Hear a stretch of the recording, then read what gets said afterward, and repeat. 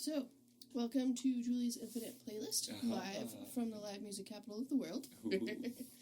Today we have Tim, a.k.a. Animal Abstrakt. How are you doing today? I'm good. Good. Yeah, I'm pretty good. Good. How about you? Good. Doing good. To start off, where did the name Animal Abstrakt come from? Honestly, I was on the can, and it came to mind.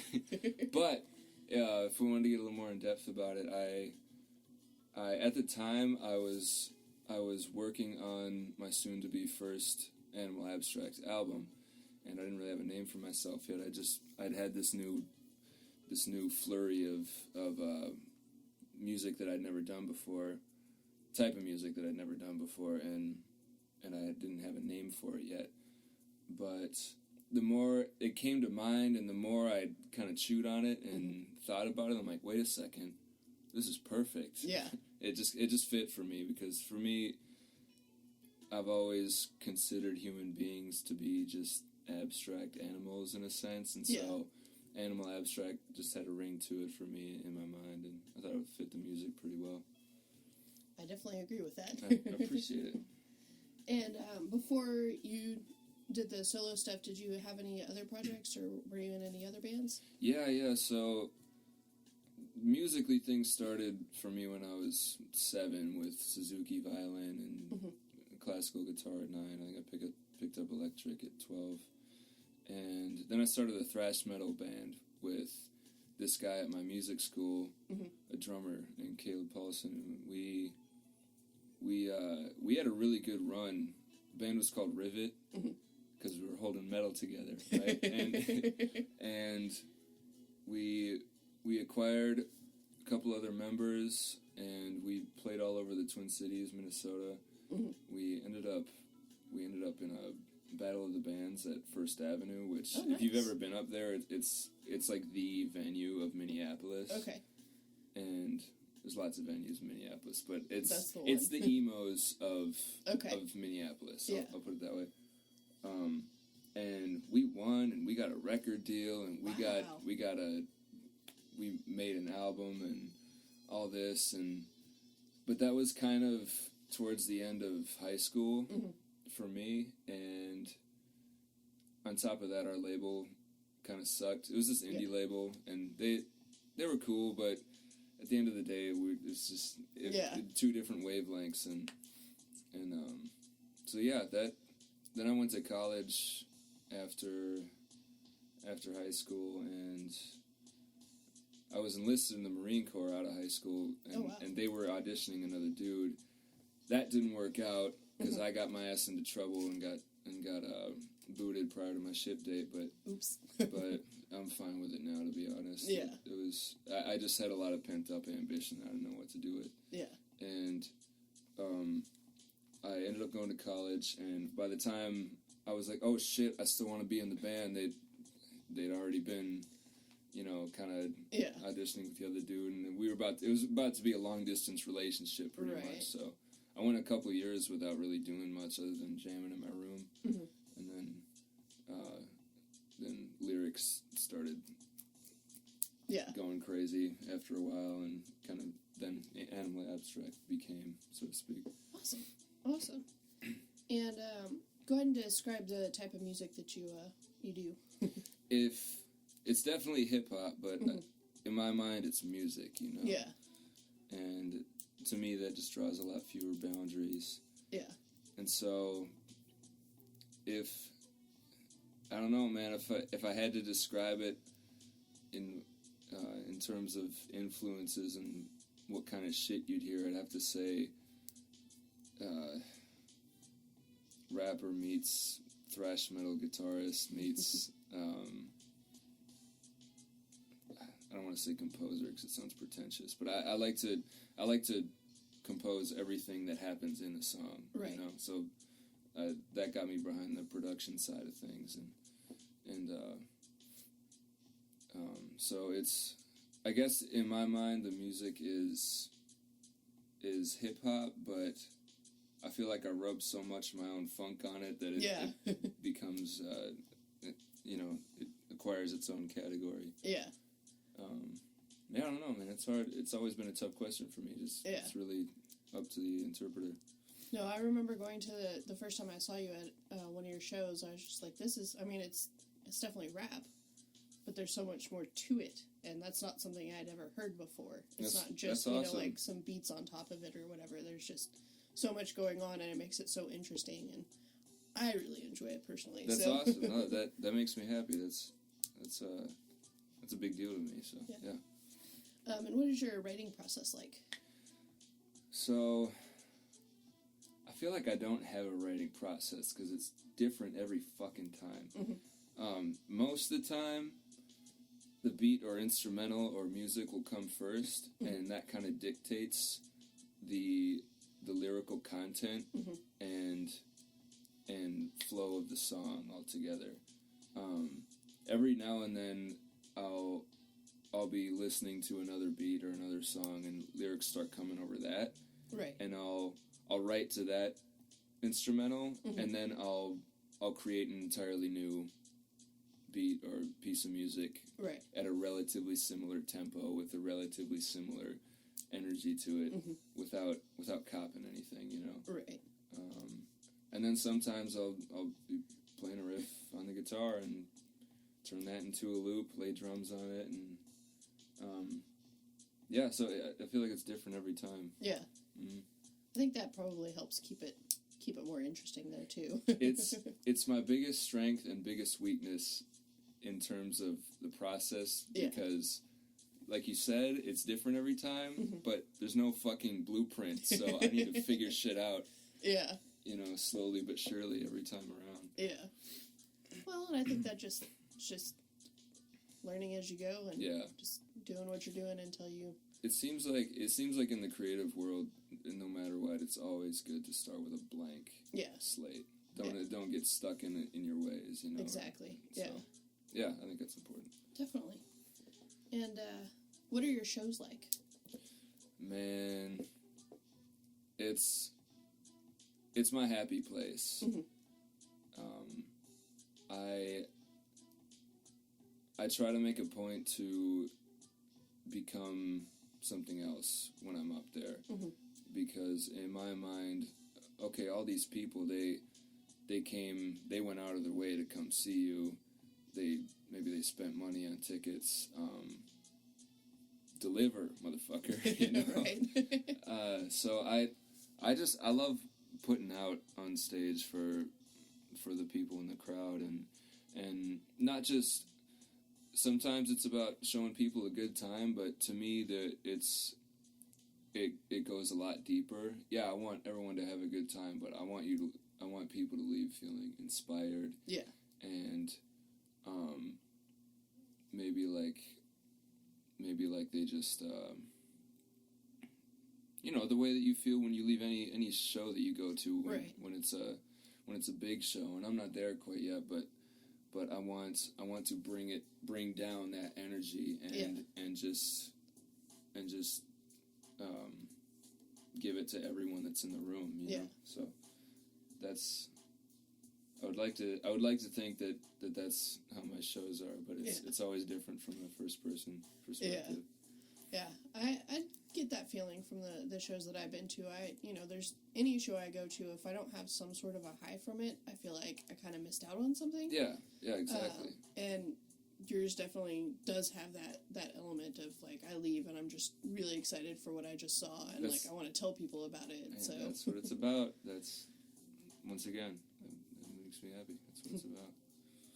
And who are your musical influences? Shit. Where do I start? Fuck. Let's see if I can start from the ground up. Metallica, Jimi Hendrix, Joe Satriani, Steve Vai, Red Hot Chili Peppers, Tool, let's see, Sade. Nice. Yeah, it gets kind of all over the map. Eminem, Tech Nine, DMX. I think largely because my sister had some of his discs, and I was a little 8-year-old kid, and was jamming that. So I jammed his tapes a lot when I was a kid. Yeah. I'm trying to think of more recent influences. Let's see, Big Crit.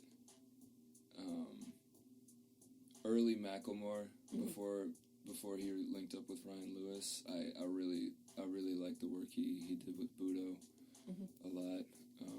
Have you listened to any of his work prior to Ryan Lewis? I have not, no. No, not to hate on that duo, but he sounded a little different before him, and I just vibe with it a little more. Yeah. So yeah, him. I think those are probably the majors, but yeah, the list is endless. Yeah. It's Nice. Definitely along those lines. It's a good list. Very good list. And who do you listen to, do you think that would surprise people? That would surprise people? Mm-hmm. Sade is probably one of them. Erykah Badu, maybe. DJ Tiesto. There's some trance techno out there that's hot. Yeah. Maybe along those lines, because I've told people before that I had a big trance techno phase, and I still jam some of that shit. They're like, really? Like, yeah, bro, it's not all corny, fucking just eat out this and that dance floor stuff. Like some of it, I like stuff that puts you into a trance. Yeah. And is hypnotic. Yeah. So those would probably be the biggest surprise. I'm trying to think of other artists that have gravitated towards that are kind of out of the norm for me, but yeah, I don't know. It's probably the most prominent one. Yeah. And so the current state of the world is a little bit ridiculous right now. And I know a lot of your music, I kind of get the feeling that it's a lot about self-awareness, which I think also helps you become more aware of what's going on around you. So with the way the state of the world is right now, how do you think that'll affect music? Not necessarily just your music, but music in general. I've already seen I don't want to say trend, but because it's not just a trend, it's a reaction. Right. You fuck with people too much, they will react, and I'm seeing a lot of, for lack of a better description, like anti-establishment type of music. I know a lot especially of in hip hop. I mean, I haven't been to a single hip hop show where the performer wasn't comfortable saying "fuck Trump" in front of the whole crowd. Yeah. So there's definitely something there, and it always bugged me when people would just dismiss the protesters as throwing a hissy fit and get a job. I'm like, they're not throwing hissy fits. Their human rights are being threatened, exactly. and they're speaking for it. So exactly. You know, it's a lot of short-sightedness, and it's affected my music in a way too. Yeah. There's going to be a couple tracks on this on the next album I'm working on that aren't too direct. A little cryptic, but not really. It's just it's, if anything, I don't like calling out specific names too much. Right. Because a lot of times that doesn't change much, and really it's about speaking to the listener and getting people to see things for what they really are. Right. You know? Yeah. Definitely. Not like I know what the fuck I'm doing, but right. But I do feel like I have a good sense of truth and taking things at face value, and just, you know, an insatiable thirst to push that out. Yeah. And I definitely see that a lot in other musicians and artists that are putting stuff out right now. Yeah. It's encouraging. It is. It really is. And I'm like, cool, people aren't fucking around. This right. You know. Exactly. I know Rage is, a lot of people have been listening to Rage Against the Machine, and I love Rage. Yeah.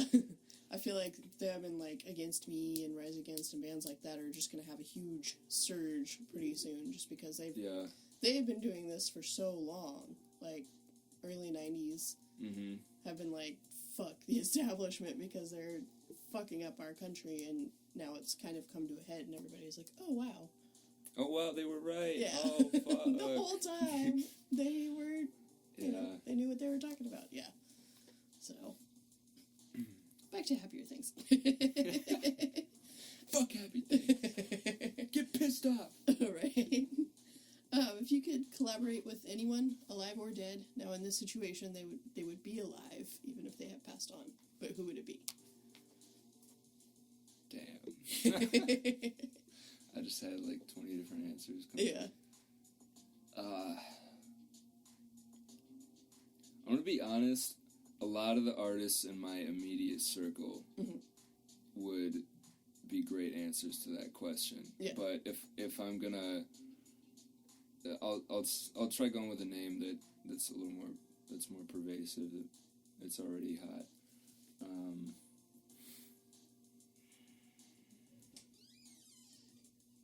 I can only pick one.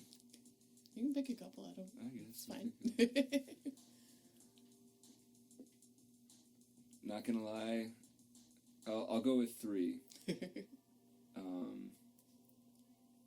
Tech 9 has always been a dream collab of mine, and mark my words, I'm gonna make that happen.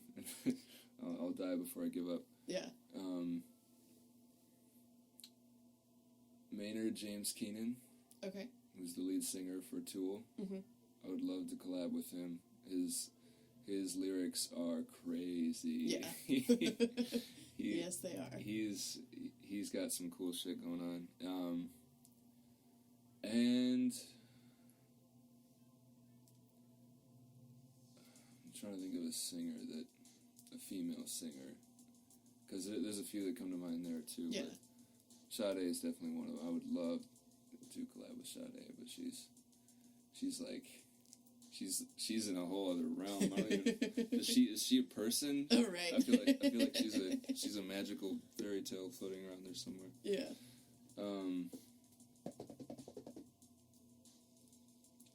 Shit, that might be. I guess I'll just leave it at that for now. There's a ton of names that I would love to collab with. But yeah. It's a good list.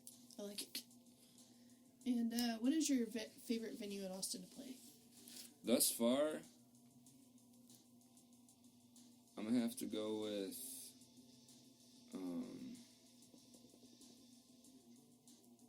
shit, where was that show?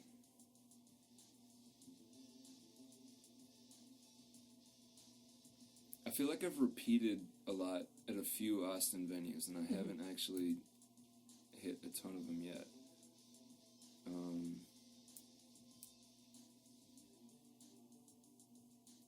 Yeah, I don't know if I got a favorite in Austin yet. I don't think it's there yet. If I had to pick one, I'd probably go with. What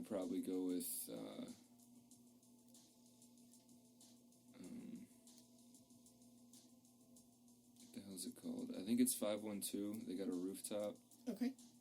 That I had a lot of fun performing at. I don't think I've been there yet. I think it's the 512. I could be wrong. Unless that's where the JCTV showcase was. He did a showcase there, but his most recent was at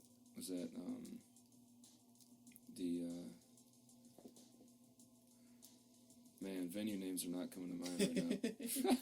This shows you how not performance savvy I've been lately. I've just been in the studio trying to get content done. Haven't been doing a ton of shows. Yeah. There's also a lot of places in Austin. Yeah. So. On that note, though, I got to give props to Kick Butt Coffee. Yeah. Because having performed in a number of different coffee shops, it's usually not the best place for a live hip hop show. Yeah. They got a sound system, man. They do. They got lights. They got a nice sized venue. People come through, and yeah. I will say, I think the most fun that I've had doing a show thus far was at the 311, which is I think the 311 and Maggie Mays are the two only remaining original 6th Street bars. They're the only ones that have Okay. been there from the beginning and are still there. Yeah. But that was a show with my cover band Rift in the System, and it's different when you're playing covers because everybody already knows these tunes. But man, people were jamming. It was like a big ass dance floor and just. I've been to a couple of cover shows, and there's just so much energy at those shows. It's a big old party, just, you know? Yeah. It's great. Yeah. Yeah. These are probably my favorite spots. Yeah. This is right now. And do you have any upcoming shows or residencies? This is going to go up on February 14th, so anything? Okay. Might be at Kick Butt Coffee on the 24th. Okay. Other than that, nothing is booked as of right now. Lots of writing going on. Yeah, lots of writing. I got so much content to catch up on. It's driving me crazy. But I'm excited though. I'm really excited. I just can't. One of the other things that happened is somewhere around July, August, September. I was getting booked for like 2 shows a week on average, which is great. Yeah. It's experience. It's promotion, yada yada. But who the fuck's gonna come see you twice a week? You know. So it was just getting spread too thin, and pretty soon, like barely anyone was showing up to any because they just see performing this or so. Yeah. I cut myself off and was like, all right, I'm not doing any Animal Abstrakt shit on stage for at least 2 months. Yeah. And that's what I did, and they've been fewer and far in between lately, but that's kind of how I want it right now. Yeah. I don't want to,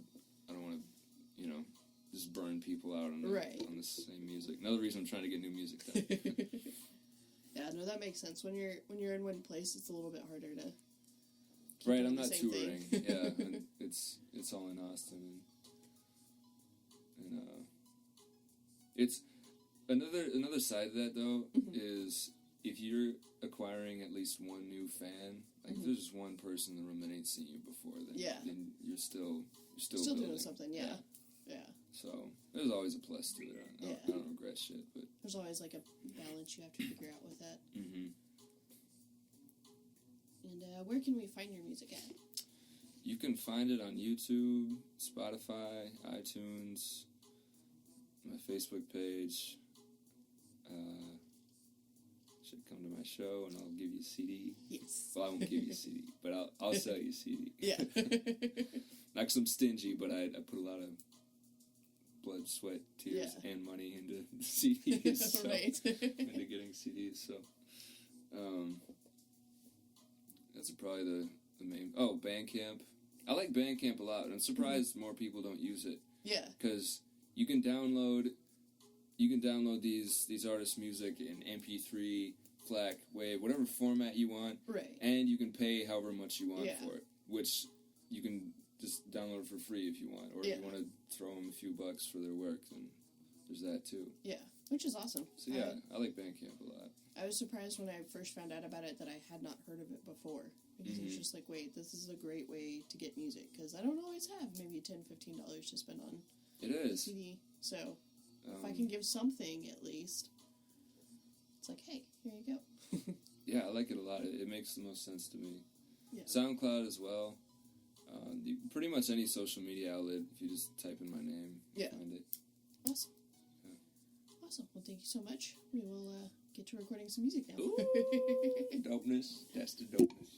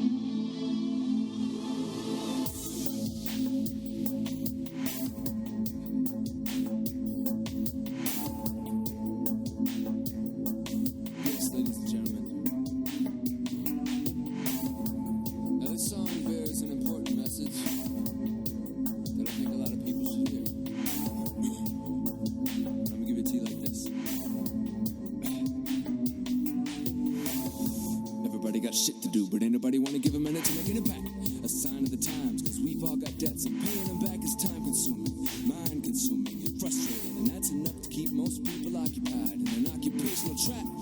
But a man can lose it. Every now and then a man refuses to get sucked up into the mass confusion and go on the path he chooses. A forgotten lifestyle, cause the only way that a man can do it is bust ass. It'll take more than a few cuts and scratch and bruises.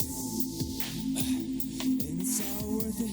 I would do it all over again, cause I service that which I found in me. Or maybe it found me. Either way I found something at the center of it all. Purpose. An element that a lot of people are lacking in. Too busy trying to pack it in a stagnance to the world that is damaging. So I looked up in search of any form of godliness to ask if there's a chance for us all. And all I got was this. I am the blue sky, I am the dark abyss. I am the birth and I am the apocalypse. For whatever it's worth, it should be obvious. I shine the sun and I can cover it. I am the blue sky, I am the dark abyss. I am the birth and I am the apocalypse. For whatever it's worth, it should be obvious. I shine the sun, but I can cover it. This is not for the simple-minded or the blinded. When you twist the twisted twine of life's mysteries and unwind it, you'll find that it's hiding much more than diamonds in Africa. Are you driving your life, or do you feel more like a passenger? See, Morpheus would have told you this torturous news. Don't get it confused, but most of us born into this world are born that as soon as we're born by the same force that has been controlling us.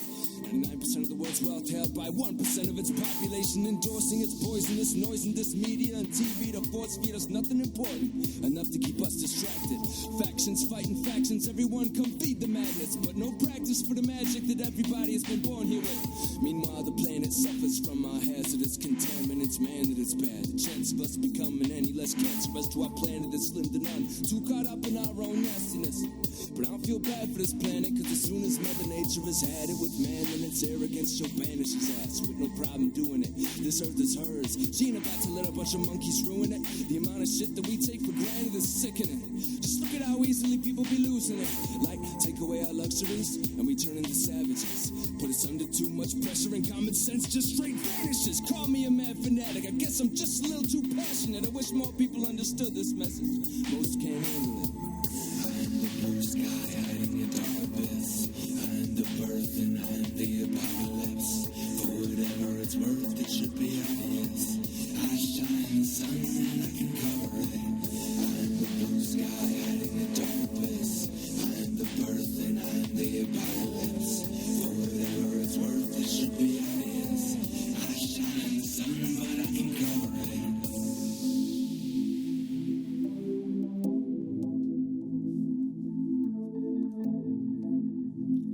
On this note. Mankind resides on a plastic throne at the top of a stone pyramid. Why is it that he chooses to neglect its foundation when he has the farthest to fall?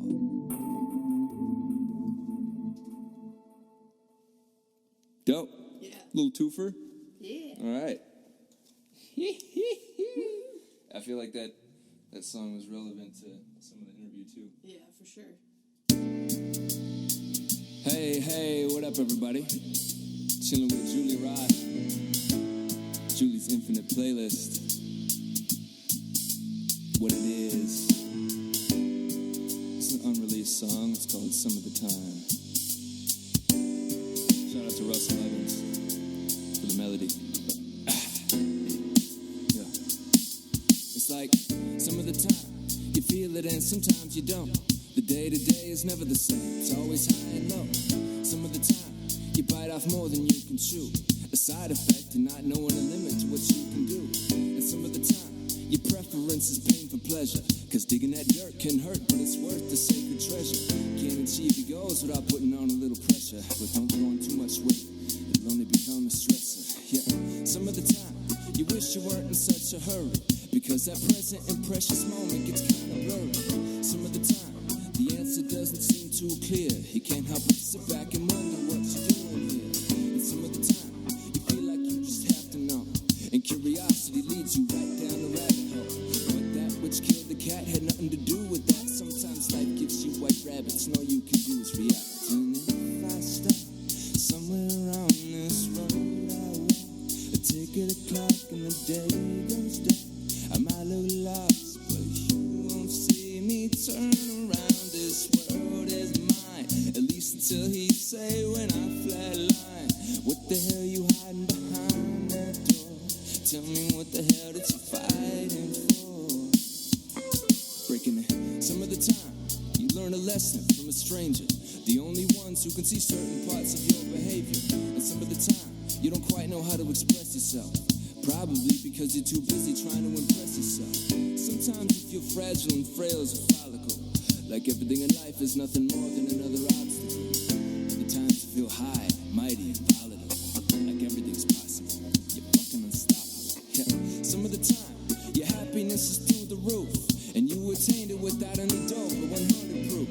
Some of the time, you wish you didn't mislead yourself. Cause all them feelings you felt came from beneath the belt. And some of the time, you forget that all you need is love. You think you're starving for it when you just don't eat enough. It says a lot when you're on your feet after being beaten up, but life has a way of doing that.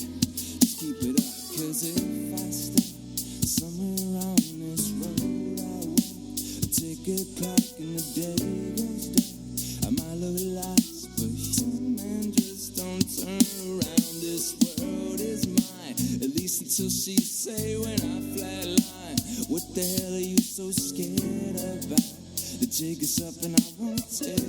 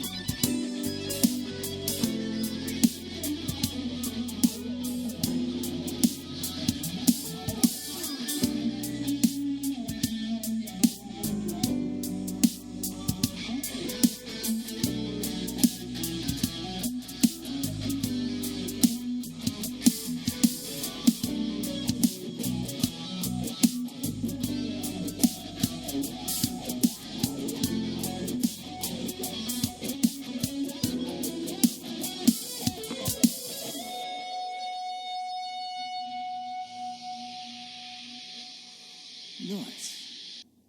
Thank you for listening to Julie's Infinite Playlist. To support the podcast, please rate and review on Stitcher and subscribe via Patreon. That's patreon.com/Julie's Infinite Playlist. The podcast was created by Julie Roth and is produced, mixed, and edited by Julie with help from Nick Colbert. Special thanks to Nikki Nadeau. All songs performed are property of the musicians performing them.